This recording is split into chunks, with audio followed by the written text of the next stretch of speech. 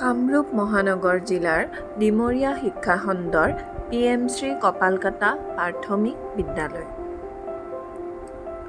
এই বিদ্যালয়খন 1942 চনতেই স্থাপন হোৱা বিদ্যালয় যদিও 2015 চনলৈ বিদ্যালয়খন একেবাৰে শোচনীয় আছিল।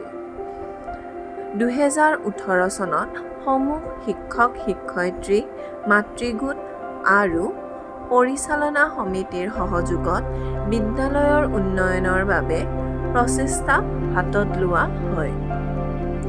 তাৰ বাবে কিছুমান স্থানীয় ব্যক্তি আৰু স্বেচ্ছাসেৱী সংগঠনৰো সহযোগ লোৱা হয়, যাৰ বাবে বিদ্যালয়খনে এই ৰূপ ল'বলৈ সমৰ্থ হয়।